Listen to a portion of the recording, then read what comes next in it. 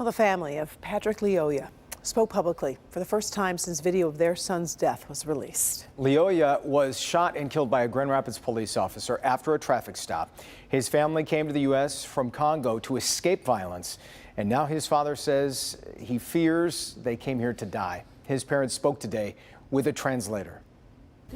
And as a parent, I was thinking maybe it was my son who was going to bury me, he will assist me to my funeral. But what is so astonishing, I am the one burying my son. To see an officer being on top of my son na kumpiga risasi kwenye and to kichwa. shoot him on the back of his head.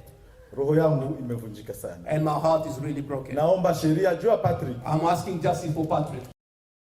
You heard there, justice for Patrick is what he's saying there at the end. Tonight, a police expert is walking us through what you see in this video. He's talking about where things took a turn and what officers are trained to do in these situations.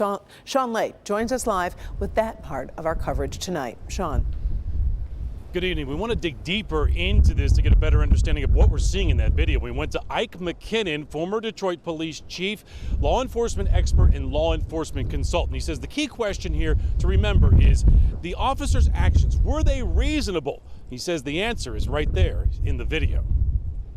The first question to be asked is, were the actions of the officer reasonable? Was this something that a reasonable officer would do? Ike McKinnon has spent a lifetime in law enforcement. He walks us through the actions of the Grand Rapids police officer. Stop resisting! He says the officer's actions were reasonable up until the point where the officer gets 26-year-old Patrick Lyoya on the ground. He has his left arm on him, and he reaches back for his gun with his right arm, and he takes it and shoots him in the head.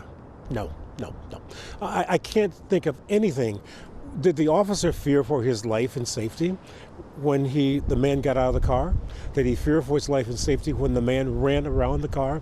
Did he fear when he was struggling with him and he fired the taser at him twice? Well, I guess so, because he thought he could take him down. But when you get him down and you have your arm around him or on him, your left arm, and you reach back to take your weapon out and shoot him in the head, no.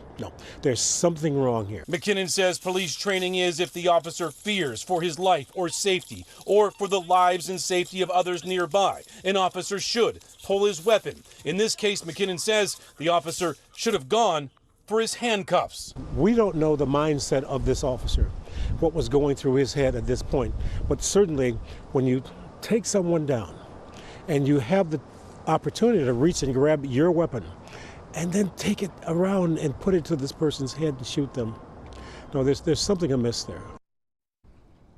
Chief McKinnon's experience years on the street dealing with armed people, he says it's perfectly reasonable in this case to back up and wait for fellow officers, wait for backup, even call EMS if Lyoya seemed confused or if there was a language barrier, back up and wait and not engage and de-escalate. We're live tonight. Sean Lay, Local 4, back to you. Meantime, the protests and the outrage continues in Grand Rapids and now across the nation. Thank you, Sean.